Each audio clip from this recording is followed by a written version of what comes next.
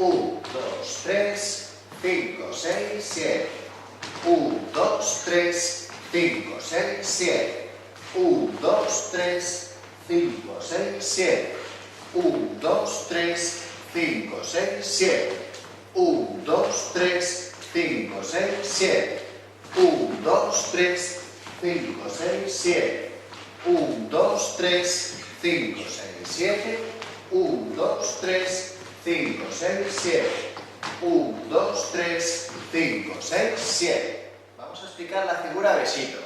Comenzamos haciendo básico. Y 1, 2, 3, 5, 6, 7. Hacemos un cross.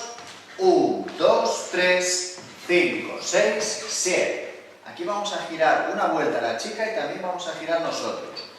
1, 2, 3. Cambiamos la mano, giramos.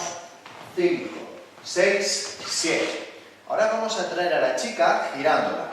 Hacemos 1, 2, 3, la giro. 5, 6, 7. Mano al hombro. Marcamos fuerza.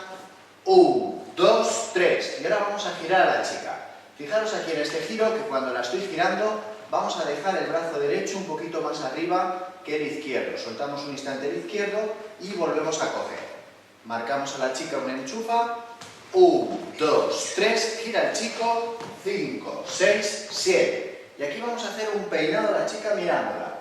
Hacemos un peinado. 1, 2, 3. Ponemos la mano en el hombro, giramos a la chica. 5, 6, 7. Hacemos otro cross.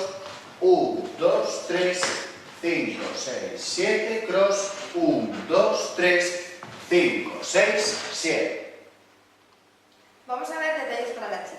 Hacemos un básico y 1, 2, 3, 5, 6, 7, cross. 1, 2, 3, 5, 6, 7. Bracito al lado.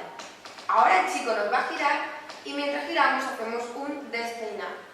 Y 1, 2, 3, apartamos la mirada hacia el chico. 5, 6, 7. Ahora giramos. 1, 2, 3, 5, 6, 7. Le damos la mano. Fuerza. 1, 2, 3, giro. 5, 6, 7. Y 1, 2, 3, 5, 6, 7. Peinado. 1, 2, 3, preparo giro. Y 5, 6, 7, subimos el brazo.